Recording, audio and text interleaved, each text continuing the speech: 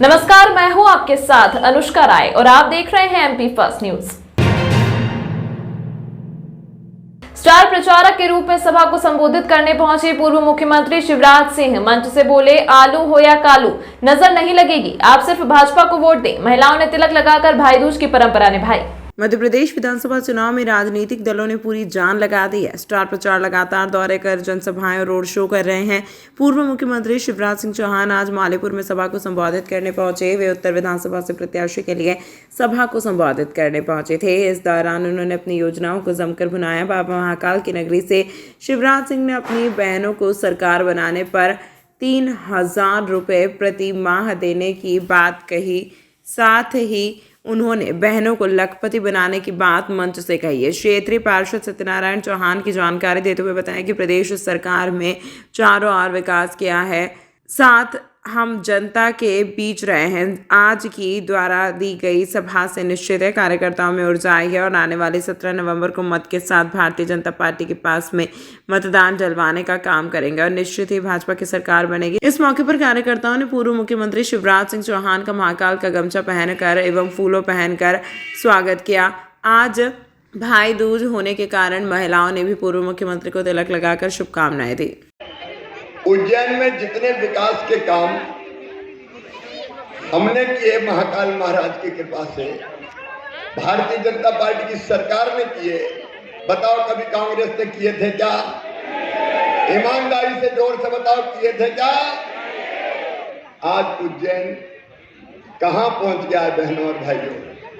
यहां क्या नहीं बना। सियासत के समय जो व्यवस्था हुई वो भाषण दे के बताने की मुझे आवश्यकता नहीं है। और महाकाल महालोक ऐसा बना है कि पूरी दुनिया आज उज्जैन दौड़ रही है और अकेले महाकाल महालोक के कारण 3,000 करोड़ रुपया उज्जैन में एक साल में आने वाला है व्यापार के रूप में।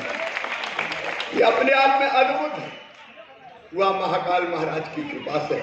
सिंह जी चौहान का नाता इस बाबा महाकाल की नगरी से जब से वो मुख्यमंत्री बने उसके पहले भी महाकाल के बिना वो कोई काम करते नहीं है। और जो महाकाल की नगरी को उन्होंने सजाया है वो पूरी उज्जैन की जनता जानती है। तो आज मालीपुरा में एक भव्य आम सभा को उन्होंने संबोधित किया। उन्होंने कहा, अगर मैंने काम किया हो तो मुझे वोट करना। तो जनता ने एक स्वर में आवाज़ लगाई कि मामा जी ने काम किया, इसलिए हम मामा जी को वोट देंगे। तो आने वाली 17 तारीख को निश्चित रूप से कमल का फूल खिलेगा। इसलिए खिलेगा क्योंकि जनता काम देख रही है। उज्जैन के चारों ओर सड़कों का जाल देख लीजिए, महाकाल लोग देख लीजिए। उसके बाद आप उज्जैन के अंदर 3-3, 4-4 फैक्ट्रियाँ लग चुकी हैं कब की। तो ये विकास और उज्जैन शहर हमारा बढ़ता जा रहा है। आप इधर चले जाओ नानाखेड़ा क्षेत्र में, रामबासा के उधर चले जाओ, आप आगे रोड पे चले जाओ, आरडी गाड़ी कॉलेज के पास। उज्जैन कितना बड़ा भव्य रूप ले रहा है। और उज्जैन पर्यटन नगरी के रूप में जो उन्होंने कहा था कि मैं उज्जैन को विश्व पटल पर ले जाऊँगा, तो वो साक्षात होता हुआ नज़र आ रहा है। अभी 1 फेज़ हुआ, 2nd फेज़ भी हो गया, 3रा फेज़ भी बहुत जल्दी होने वाला है। और माँ शिप्रा कलकल छलछल बहेगी, सुनिश्चित रूप से बहेगी। कांग्रेस चिल्लाते रहें, कुछ भी करते रहें, लेकिन माँ शिप्रा, बाबा महाकाल, माँ हरसद्दी और सिद्धवट, ये सब बहुत चहुमुखी विकास के साथ यहाँ पर्यटक आएगा। और विश्व में उज्जैन का नाम जो रोशन हुआ है उसके लिए महाकाल के भक्त शिवराज सिंह जी चौहान आज मालीपुरा में सभा की और जनता ने उनको पूरा आशीर्वाद दिया। शराब पीकर घर के सामने गाली गुप्ता कर रहे युवक को मना किया तो उसने लाठी डंडे और पत्थर से हमला किया। एक ही परिवार के 4 लोग हुए घायल, जिला अस्पताल में उपचार जारी। महिदपुर थाना क्षेत्र के ग्राम छिपावारा में एक ही समाज के 2 परिवारों के बीच विवाद हो गया, जिसमें एक परिवार के 4 व्यक्ति घायल हुए हैं। घायल जितेन ने जानकारी देते हुए बताया कि पास में रहने वाले युवक और उसके साथ ही शराब पीकर घर के सामने गाली गुप्ता कर रहे थे। जब युवक को मना किया तो उसने शराब के नशे में लाठी डंडे और पत्थर से हमला कर दिया। बीच बचाव करने के लिए घर आए मेहमान पर भी उन्होंने लाठी डंडे बरसाए। विवाद में जितेन, ईश्वर, शिवम, राकेश, एक ही परिवार के 4 लोग घायल हुए हैं, जिन्हें उपचार के लिए जिला अस्पताल में भर्ती कराया गया। फरियादी ने कहा कि पहले भी कई बार शराब के नशे में इस तरह की घटना को अंजाम दे चुके हैं। आरोपी वही मामले में महिदपुर थाना पुलिस जांच कर रही है। ये सर गोवर्धन और वो जमाई सुरेश और रमेश, ये तीनों शराब पी रहे थे, घर पे पीते होंगे शराब। तो गोवर्धन आया गली में, गाली गलौज करी उसने और मेरे पापा ने घर पे बैठे थे, जाजी नहीं है, तो उसने आकर गाली गलौज कर पापा ने बोला कि मेरे घर के सामने गाली गलौज क्यों कर रहा। तो उसने आके डायरेक्ट पापा पर अटैक कर दिया। क्या एक दो बार बोला उसने कि मेरी मर्जी, मैं क्या भी करूँ, मैंने मेरी मर्जी, पैसे सारा पिए। इन्होंने बोला था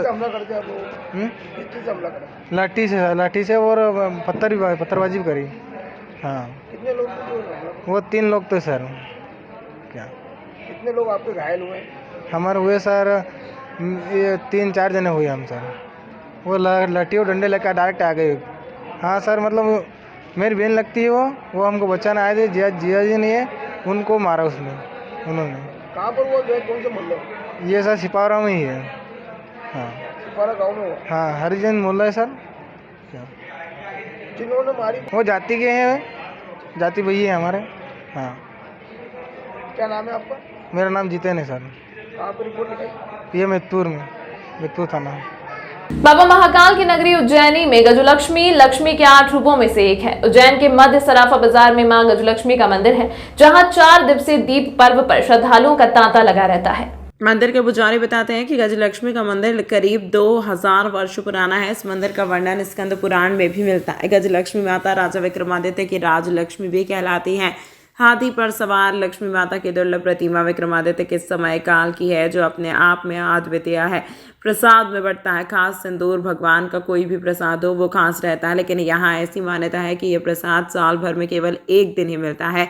साल भर माता के दर्शन करने हजारों भक्त आते हैं। वो जो माता को सिंदूर चढ़ाते हैं वो मंदिर के पुजारी द्वारा इकट्ठा कर साल भर में एक बार सुहाग पड़वा के दिन बांटा जाता है। ऐसी मान्यता है कि यह सिंदूर ले जाने से घर में माँ लक्ष्मी का वास बना रहता है, इसीलिए यहाँ दूर दूर से श्रद्धालु यह सिंदूर का प्रसाद लेने आते हैं। ऋतु शुक्ला ने बताया कि मैं यहाँ 30 साल से आ रही हूँ।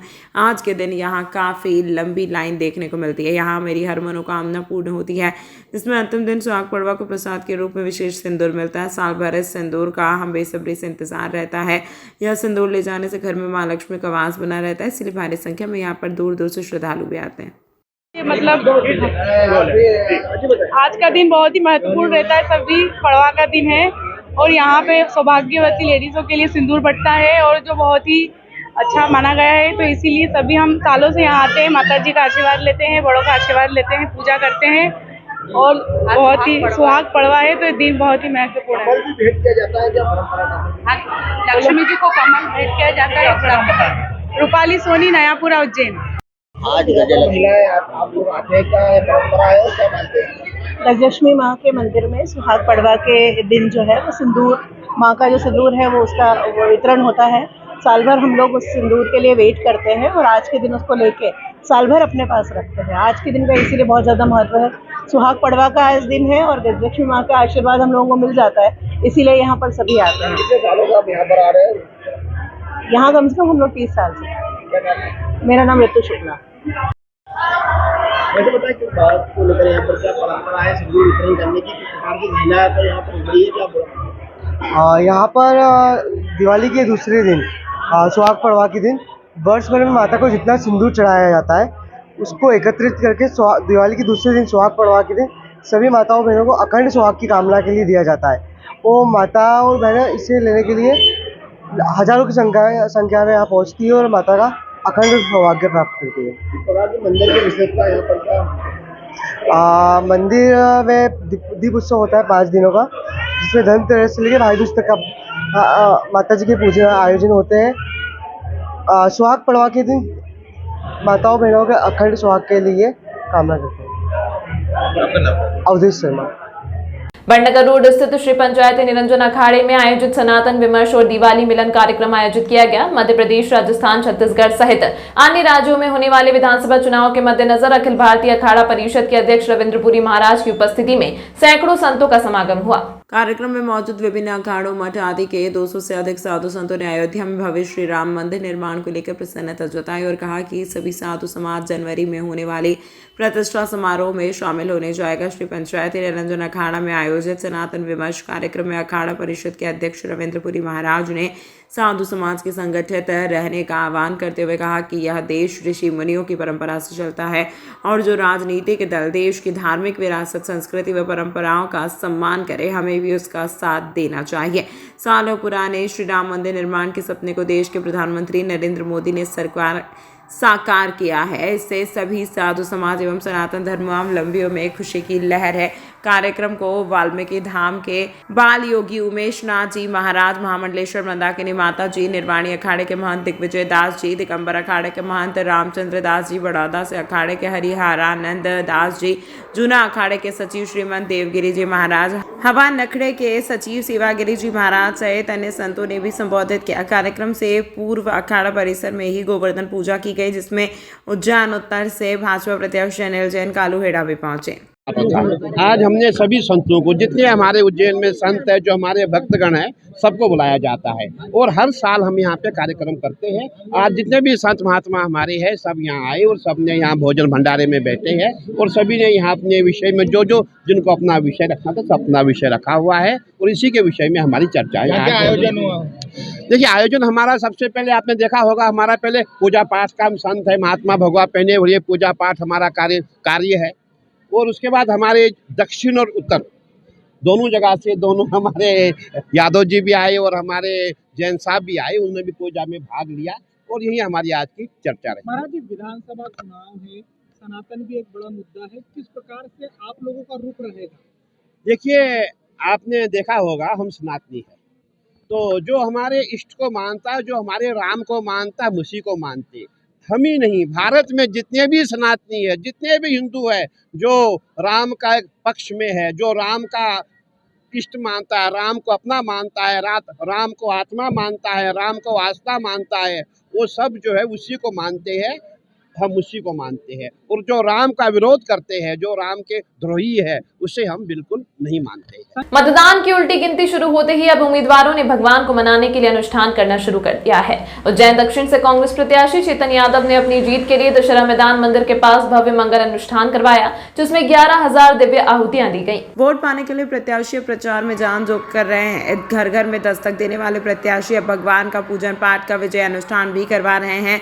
ऐसा ही एक अनुष्ठान उज्जैन के दशहरा मैदान पर श्री राम के नगर आगमन पर श्री राम रक्षा स्तोत्रम यज्ञ का आयोजन किया गया, जिसमें 21 पंडितों द्वारा चुनाव में की कामना के लिए 11,000 दिव्य आहुतियां हवन में समाहित की, जिसमें चेतन यादव सहित उनके कार्यकर्ताओं ने भाग लिया। चेतन यादव ने बताया कि सर्व ब्राह्मण सनातन संस्कृति द्वारा दीपावली के उपलक्ष्य में कार्यक्रम रखा गया था। इस शहर से भ्रष्टाचार, बेटियों से दुष्कर्म, बेरोजगारी खत्म हो जाए, इसकी कामना हमने पूजन पाठ के माध्यम से की है। लोकतंत्र के वोट रूपी हथियार का उपयोग कर सत्ता में बैठे ऐसे लोगों को उखाड़ फेंकना चाहिए। जनता अपना मन बना चुकी है, आने वाली 3 दिसंबर को पता चल जाएगा। आज भगवान राम लौटे, उसको लेकर कार्यक्रम किया गया और रखा गया। आज सर्व ब्राह्मण सनातन मंच द्वारा नगर विजय और नगर में सुख समृद्धि और शांति हेतु ये आयोजन रखा गया। इसमें मेरा परम सौभाग्य रहा कि विजय की कामना हेतु ये यज्ञ रखा गया। संयोगवश मुझे भी इसमें आमंत्रित किया गया, तो मैं समस्त ब्राह्मण जन का, समाज का कृतज्ञ और आभारी हूँ। और इनका मूल उद्देश्य इस आयोजन का ये कि नगर में, शहर में जिस प्रकार से भय, भ्रष्टाचार और अत्याचार, और हम देखते हैं कि छोटी बेटियों के बलात्कार भी हो रहे हैं, हमारे शहर की सुख शांति और समृद्धि कहीं खो गई, सांस्कृतिक धरोहर परंपराएं कहीं खो गई, सनातन धर्म के जो मूल सिद्धांत थे वो कहीं खो गए। उन सब चीज़ों को देख कर के सर्व ब्राह्मण समाज ने जो हवन कुंड किया है राम रक्षा स्तोत्र का, इस राम रक्षा स्तोत्र में भगवान श्री प्रभु राम से मैं भी प्रार्थना करता हूँ कि प्रभु इस प्रकार की दुष्ट आतंकी ताकतों से समाज को, समाज के लोगों को, हमारी संस्कृति, लोक परंपराओं को और हमारे संविधान को बचाए रखे। और मैं पूरे समाज जन को बहुत बहुत बधाई और शुभकामनाएं देता हूँ, उनको साधुवाद प्रेषित करता हूँ कि उन्होंने ये आयोजन रखा। फाजलपुरा गली नंबर 3 में शराब के नशे में युवक ने अपनी पत्नी सहित उसके परिवार के साथ मारपीट की घटना को अंजाम दिया। घायलों का जिला अस्पताल में उपचार जारी। चिमनगंज थाना क्षेत्र के फजलपुर गली नंबर 3 में रहने वाली महिला और उसके परिवार के साथ उनके जमाई ने मारपीट की घटना को अंजाम दिया है। घायल महिला ने जानकारी देते हुए बताया कि उसका जमाई आए दिन शराब के नशे में मारपीट की घटना को अंजाम देता है और जान से मारने की धमकी भी देता है। महिला ने बताया कि कई बार इस बात की शिकायत पुलिस को कर चुकी है, लेकिन पुलिस भी इस मामले में कोई कार्यवाही नहीं करती। देर रात फिर शराब के नशे में युवक ने परिवार के साथ मारपीट की घटना को अंजाम दिया। मामले में महिला ने चिमनगंज थाना पुलिस को शिकायत की है। मामले में पुलिस ने जांच की बात कही है। और जाफर नाम का जवाई भी लगता है मेरा। मेरी छोरी को ही मारा दारू पी के और मेरे को ही मारा छुरी से और डर बता के गया कहना मेरे जो भी पड़ा नहीं गया तो मैं गोली मार सकता हूँ और आगे और कुछ कर सकता हूँ बोले। और मेरे आदमी को ही मारा और मेरी दोनों छोरियों को मारा। 3 नंबर गली फाजलपुरा 3 नंबर गली। क्यों मारते, क्यों, क्या विवाद क्या है? बस ऐसी दारू पी के पहले तो भगा के ले गया था मेरी लड़की को और पुलिस सुनवाई नहीं दे कर रही। कितने आवेदन बना के दे दिए मैंने मगर नहीं सुनवाई करती पुलिस। और सर धमकी दी, मेरा लड़का यहीं रहता है और मेरे आदमी को धमकी दी है कहना मैं मार डालूंगा तुमको। क्या नाम है आपका? रानी। कहाँ पर रिपोर्ट लिखाई? ये मंडी थाना लगता है। हाँ। इस अंक में फिलहाल इतना ही। अगले अंक में आपसे फिर होगी मुलाकात, तब तक के लिए नमस्कार।